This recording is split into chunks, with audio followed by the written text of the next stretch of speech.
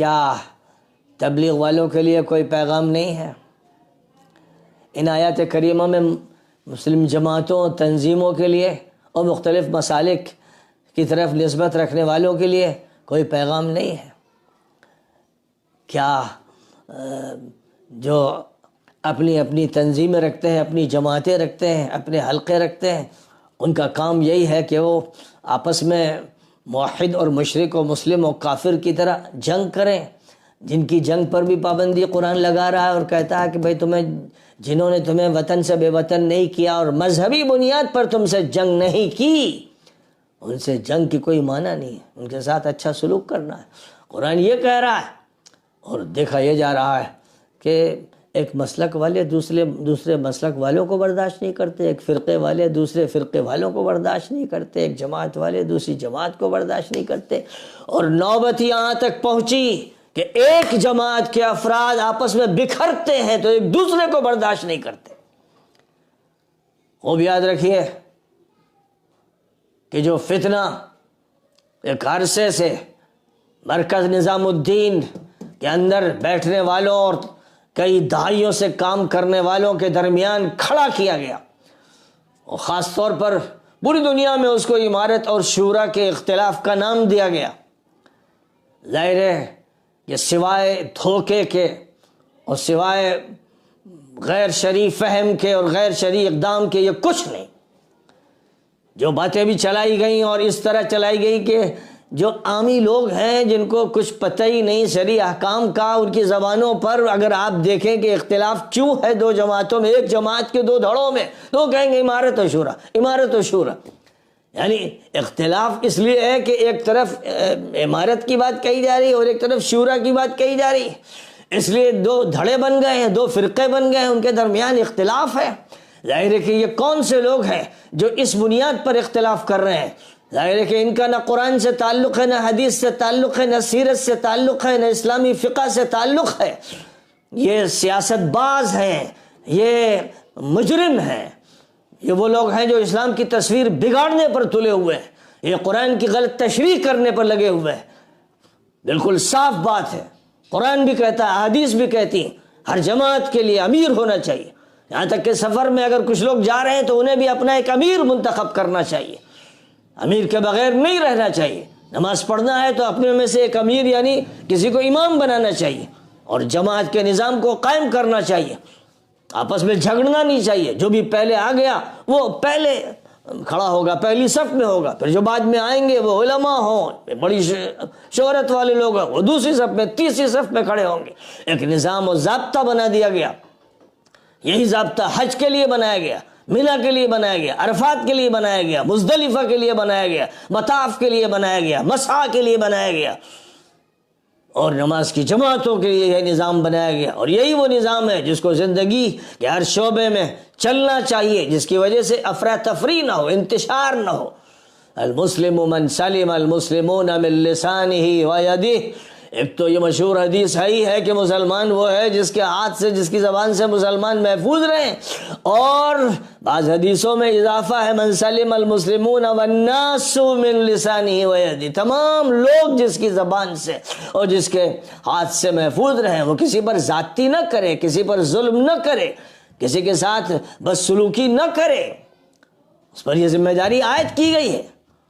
اور انما المؤمنون اخوۃ فاصلحوا بین اخویکم، تمام ایمان والے بھائی بھائی ہیں، آپس میں اگر کوئی بات پیدا ہو تو صلح صفائی کراؤ، دوستی کرو، تعلق بہتر کرو، ذمہ داری یہ دی گئی ہے۔ اور ایک طرف تمام انسان بھائی بھائی، پھر مزید اخوت کا رشتہ ایمان والوں کے درمیان ہے، جن کو ہر حال میں اپنے اس رشتے کو قائم رکھنا ہے، چاہے یہ جانتے ہوں کہ دوسرا شخص جو ہماری صفوں میں ہے اس میں نفاق ہے، یہ معلوم ہو کہ وہ نمائشی مسلمان، پھر بھی اس کے ساتھ بدسلوکی نہیں کرنا ہے۔ اس لیے اسلام کی جو تعلیمات کا خلاصہ مرتب کیا گیا 6 نمبر آیت میں، اس میں بہت اہمیت دی گئی اکرام مسلم کو۔ ہر مسلمان کسی فرقے سے تعلق اس کا ہو، کسی جماعت سے تعلق ہو، وہ اس بات کا مستحق ہے کہ اس کی عزت کی جائے، اس کا اکرام کیا جائے، کسی کے بارے میں ایسی بات نہ کی جائے جس سے اس کی عزت کے خلاف بات ہو رہی ہو، اس کی تکریم کے خلاف عمل ہو رہا ہو. یہ وہ رویہ ہے، یہ وہ نقطہ ہے، یہ وہ پوائنٹ ہے جس پر جو جماعت اٹھی، جس جماعت نے اس کی دعوت دی، اسی جماعت میں فرقے بنے، اسی جماعت میں دھڑے بنے، اسی جماعت میں ایک دوسرے سے لڑیں، اسی جماعت میں ایک دوسرے پر حملہ کریں.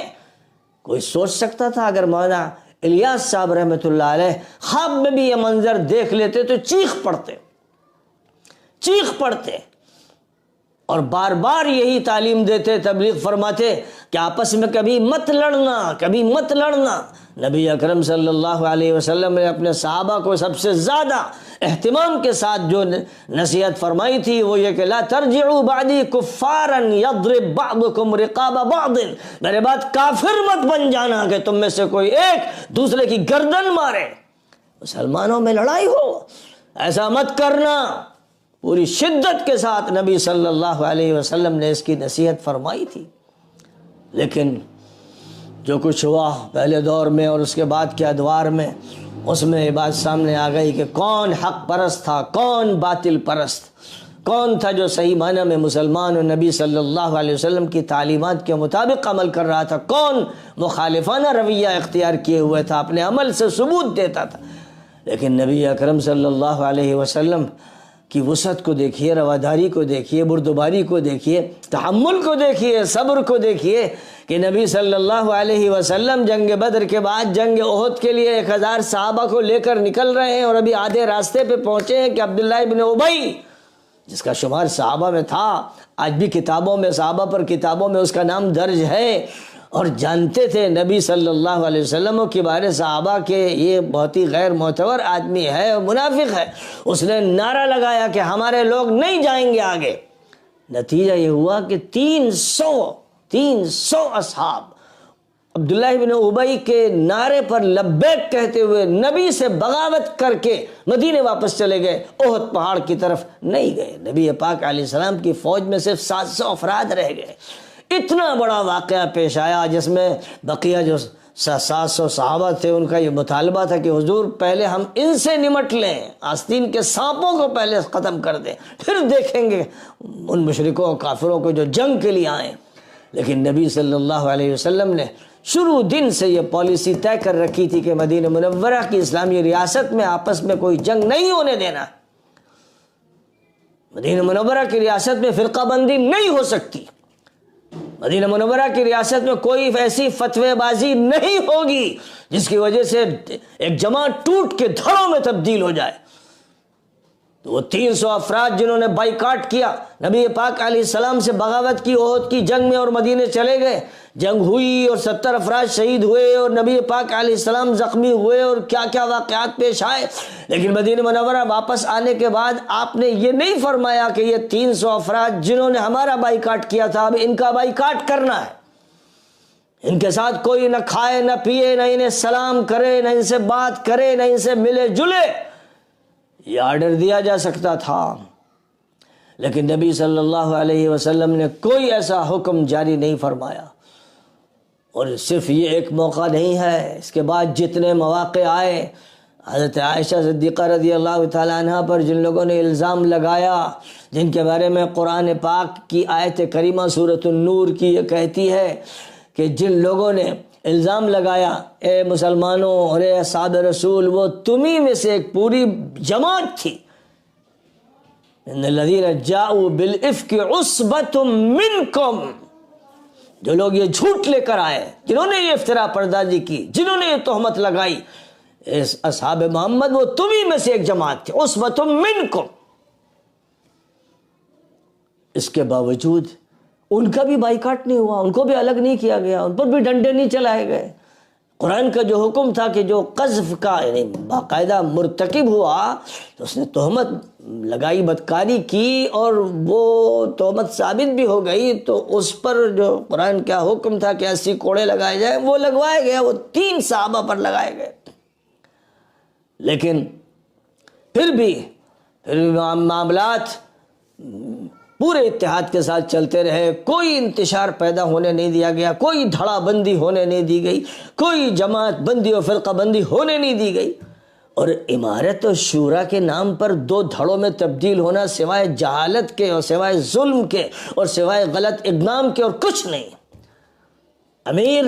کا حکم ہے، بغیر امیر کی امت نہیں رہ سکتی۔ حضرت عمر ابن الخطاب رضی اللہ تعالی عنہ نے ایک موقع پر تقریر کرتے ہوئے یہ بات ارشاد فرمائی تھی کہ لا اسلام الا بجماعہ ولا جماعت الا بامارہ ولا امارت الا بطاعہ۔ اسلام بغیر اجتماعی نظام کے نہیں چلتا ہے، اور اجتماعی نظام بغیر امارت کے نہیں چلتا ہے، اور امارت بغیر اطاعت کے قائم نہیں ہو سکتی ہے۔ تو اسلام کے لیے اجتماعی نظام کی ضرورت ہے، اسلام کی دعوت کے لیے بھی، تبلیغ کے لیے بھی، تعلیم کے لیے بھی، تربیت کے لیے بھی، اس کے تمدن کے لیے بھی، اس کے معاشرے کے لیے بھی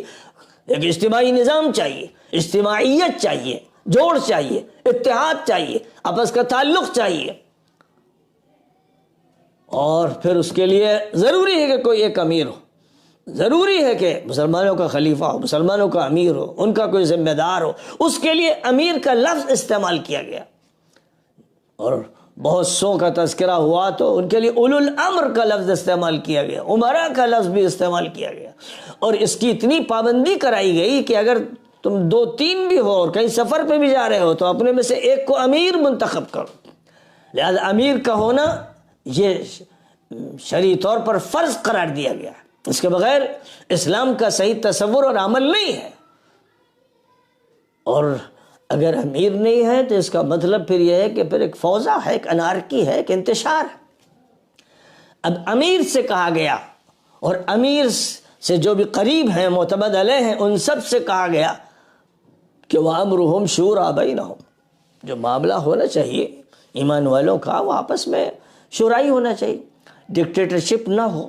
استبداد نہ ہو،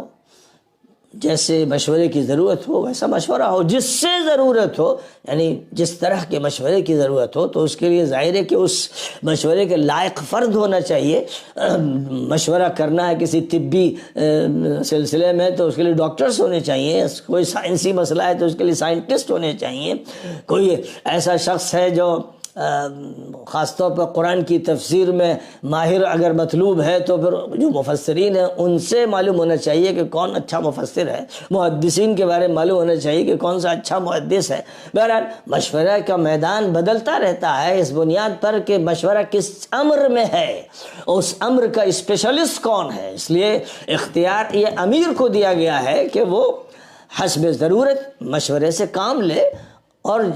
جب یہ محسوس کرے کہ یہ مسئلہ مشورے کا ہے، مشورہ اس پر کر لینا چاہیے، بغیر مشورے کے بات واضح نہیں ہوگی، تو وشاورہم فی الامر، یہ نبی کو مشورہ دیا جا رہا ہے جو پوری امت کے امیر تھے، پوری امت کے حاکم تھے، پوری امت کے ذمہ دار اعلیٰ تھے، ان سے کہا جا رہا ہے وشاورہم، یہ جو آپ کے صحابہ ہیں ان سے مشورہ کر لیا کیجئے،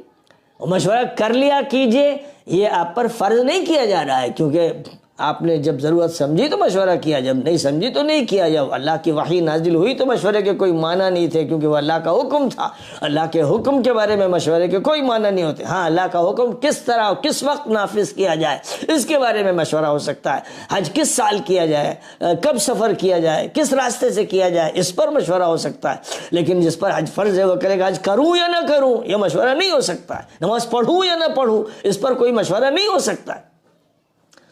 تو بہرحال اصل اسلام میں اجتماعی نظام کے لیے امیر ہے، اور امیر فقہا نے اس کو بھی مانا ہے کہ جو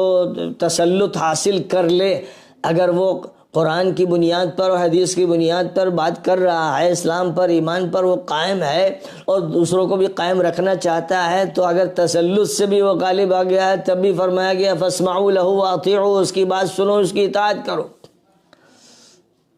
اس کے خلاف بغاوت نہ کرو۔ ہاں، اگر کوئی اسلام سے خارج ہو جاتا ہے، ایمان سے خارج ہو جاتا ہے، وہ کفر کی بات کرتا ہے، تو پھر ظاہر ہے کہ اس کے لیے پھر نہ یہ جائز ہے کہ وہ امیر ہو، نہ یہ جائز ہے کہ وہ شورا میں ہو، وہ تو اس دائرے سے خارج ہو گیا ہے۔ تو بہرحال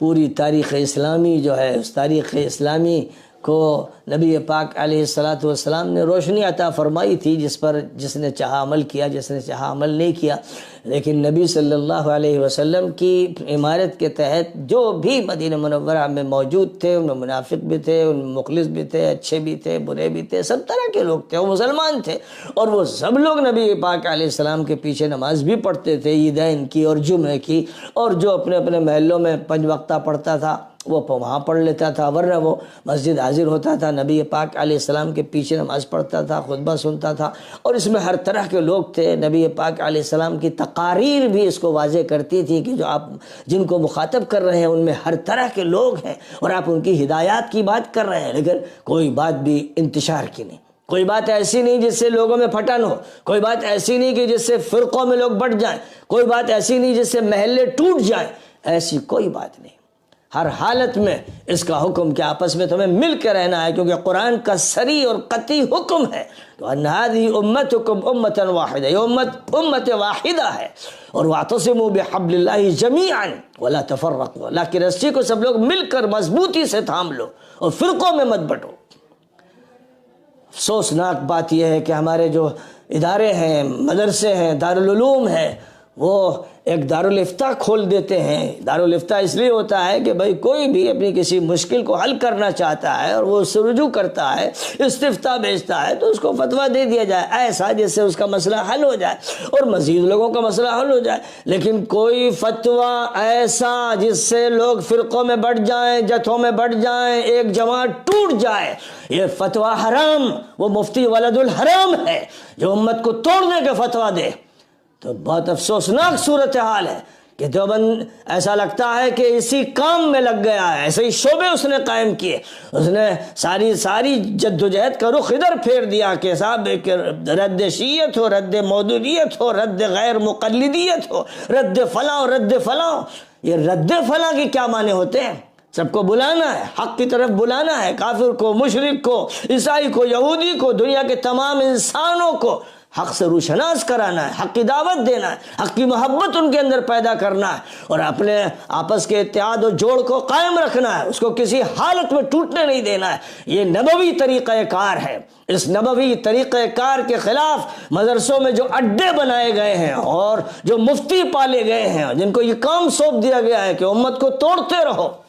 کبھی بریلوی و دیوبندی فتنہ اٹھاؤ، کبھی مقلد و غیر مقلدیت کا فتنہ اٹھاؤ، کبھی مودودیت و غیر مودودیت کا فتنہ اٹھاؤ، اور کبھی اپنے ہی گھر کے اہل بیت کو، حضرت مولانا محمد قاسم نانوتوی رحمۃ اللہ علیہ کے پوتے حضرت قاری محمد طیب صاحب کو الزام لگا کے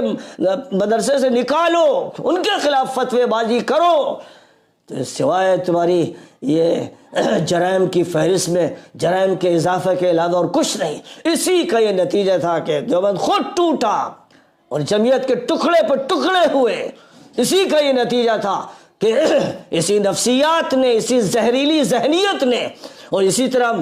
ہمارے معاشرے کے بگڑے ہوئے ناقص العقل اور ناقص الدین مفتیوں نے امت کو توڑنے کا کام کیا۔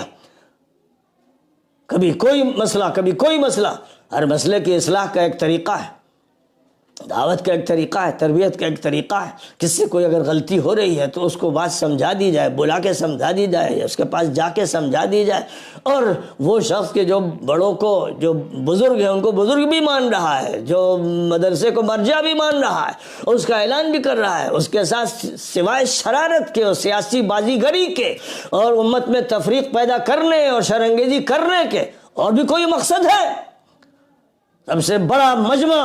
بنگلہ دیش کی سرزمین پر ہوتا چلا آ رہا ہے، 15 لاکھ 20 لاکھ لوگ متفق اور متحد ہو کر ایک امیر کی اطاعت کے ساتھ بڑے بڑے اجلاس کرتے تھے۔ عرب کے ملکوں سے ہزاروں مبلغ آتے تھے اور شریک ہوتے تھے۔ یہ کون سی مصیبت آئی ہے؟ یہ کون سی مصیبت دیوبند کے فتوے کے نتیجے میں پیدا ہوئی کہ جو مخلوق ناقص ہے، بے عقل ہے، ناسمجھ ہے، جو کسی فتوے پر اعتماد کر کے اپنے اسلام کو توڑ دیتی ہے، ایمان ختم کر دیتی ہے، نبوی طریقہ کار کی دھجیاں اڑا دیتی ہے، قرآن کے ساتھ مذاق کرتی ہے، یہ بھیڑ، یہ بڑی تعداد جو اس بیماری میں مبتلا ہے اور اس بیماری سے نکلنے کا کوئی طریقہ نہیں، کیونکہ وہ جتھے بندیوں میں لگتی ہے اور کسی فتوے کو بنیاد بناتی ہے، وہ بنگلہ دیش میں وہ نالائق اور ایسی بگڑی ہوئی قوم ہے جس نے یہ دکھایا کہ جو مل کے سب اجتماع کرتے تھے اب وہ آپس میں لڑیں گے، ڈنڈے چلائیں گے، بوڑھا بوڑھے کو مارے گا، عالم عالم کو مارے گا۔ وہ منظر سامنے لایا جائے گا جو دور جاہلیت کا منظر تھا، وہ منظر جس میں ایک قبیلہ دوسرے قبیلے سے لڑتا تھا اور ایک پارٹی دوسری پارٹی سے لڑتی تھی۔ اور آج کی موجودہ جاہلیت میں جو منظر سیاسی پارٹیوں کے بیچ اور اہل مذاہب اور اہل مسالک کے بیچ ہے، وہی ہمیں بھی کر کے رہنا ہوگا، کیونکہ ہمارے سر پر جو مفتی بیٹھا ہوا ہے، سیاسی بازیگر، امت میں تفرقہ پیدا کرنے والا، فتووں کا کھیل کھیلنے والا، دشمن کی مدد کرنے والا اور اسلام کے پرچے اڑانے والا، امت واحدہ میں کو ٹکڑوں میں بانٹنے والا جو مجرم مفتی بیٹھا ہے، اس نے جو کہا بھیڑ اسی کو مانے گی، بھیڑ گمراہی کی طرف چلتی ہے۔ دیکھ لو جا کر آج وہاں جہاں قبر کو سجدے بھی ہو رہے بھیڑ لگی ہوئی ہے، اور جہاں پر اور بہت سی نوٹنکیاں ہو رہی بھیڑ لگی ہوئی ہے۔ حق کی طرف دعوت قبول نہیں ہوتی، تمام لوگوں کو ایک ہونا پڑے گا، پوری امت کو متحد ہونا پڑے گا، قرآن کی طرف رجوع کرنا پڑے گا۔ نبی پاک علیہ السلام کا جو طریقہ کار تھا، آپ کی جو سیرت تھی، جو اصل حجت ہے، مدینہ منورہ میں جس طرح تمام مسلمانوں کو آپ نے جوڑ کر رکھا، بگڑے ہوئے لوگوں کو بھی جوڑ کر رکھا، منافقوں کو بھی جوڑ کر رکھا، جس طرح آپ نے طریقہ کار اختیار کیا، اگر کام نبیوں کا ہے، انبیاء کی دعوت ہے، تو پھر ظاہر ہے کہ خلطے مبحث مت کرو، جھوٹ مت بولو۔ اگر یہ نبی کی دعوت ہے جس کو لے کے چل رہے ہو تو کسی نام سے فتنہ مت کرو، جو نام فتنے کا ذریعہ بنے اس نام کو زمین میں دبا دو، اس کو دریا میں پھینک دو۔ کسی حالت میں امت میں فتنہ پیدا نہیں ہونے دینا ہے، پوری امت ایک ہے۔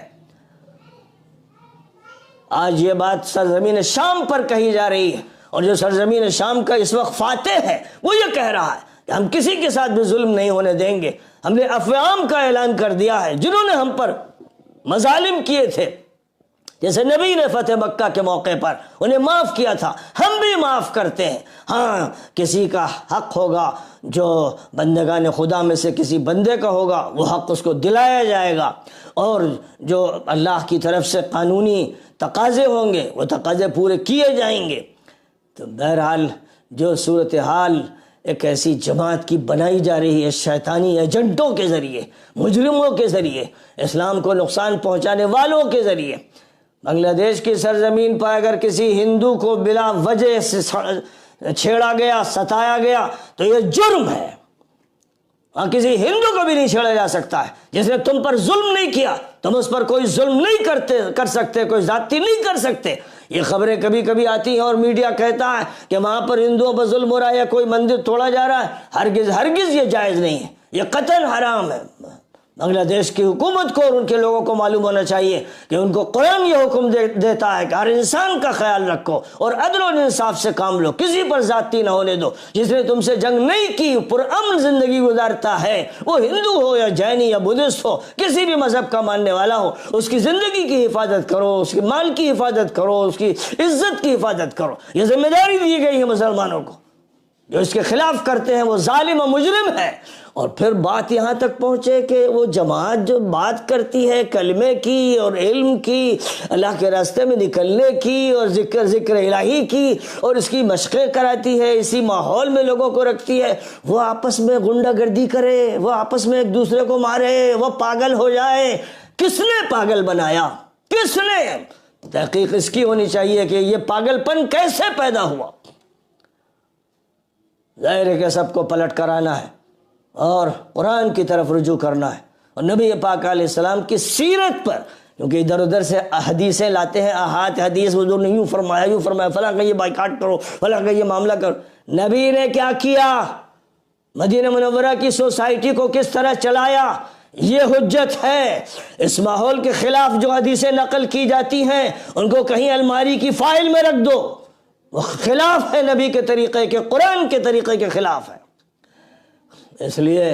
امت کو نقصان مت پہنچاؤ۔ ابھی آیت کریمہ پڑھی گئی کہ اللہ تعالیٰ سے یہ دعا کر رہے ہیں، ربنا لا تجعلنا فتنة للذین کفروا، اے اللہ کافروں کے لیے ہم کو فتنہ نہ بنا دے، آزمائش کا ذریعہ نہ بنا دے کہ وہ کافر یہ کہے کہ یہ ہے مسلمان، یہ ہے مبلغ، یہ ہے ان کے پریچر، یہ ہے ان کے مشنری، ایسے گنڈے، ایسے بدماش، بوڑھوں کو مارنے والے، ڈنڈے چلانے والے، اور اپنے مرکز اور اپنی جگہ کے بارے میں جھگڑا کرنے والے، کس کا جلسہ پہلے ہوگا کس کا جلسہ بعد میں ہوگا، ان بنیادوں پر لڑنے مرنے والے یہ مسلمان ہیں، یہ مومن ہیں؟ شرم آتی ہے اسلام کو اور ایمان کو کہ ایسے لوگ اسلام اور ایمان کی طرف نسبت کریں۔ تمہیں نسبت کرو اپنی جھگڑوں کی طرف، فتنوں کی طرف اور فرقوں کی طرف نسبت کرو۔ اور رہ گیا وہ ادارہ جو امت میں یہی کام کر رہا ہے، بر صغیر میں ٹھیکہ لیا ہے اس نے امت کو توڑنے کا، پھاڑنے کا، فرقوں میں بدلنے کا۔ اس امت کو توڑنے والے جو مجرم ہیں، جنہوں نے آدھی امت کو تو دیوبندی اور بریلوی کہہ کر پھاڑ دیا، توڑ دیا، ٹکرا دیا، اور مدتوں مناظرے لڑتے رہے اور مسجدیں دھلتی رہیں، یہ سارا عمل ظاہر ہے کہ نبوی طریقے کے خلاف، قرآن کے خلاف، اسلام کے صحیح نظام کے خلاف تھا جو اختیار کیا گیا۔ لیکن اب جو ہے دوسروں کے ڈنڈوں نے کچھ سمجھنے کا موقع دیا ہے اور جڑنے کی باتیں ہو رہی ہیں، جڑنے کی باتیں تو اسلام نے سکھائی تھی۔ ان سے جس نے اختلاف کیا وہ مردود تھا، وہ مجرم تھا، وہ منحوس تھا، جس نے اس جمعیت کو، اس اجتماعیت کو توڑنے کی کوشش کی اور بغاوت کی۔ تو بہرحال آج کے اس درس میں جو ہدایات اللہ کی طرف سے دی گئی ہیں،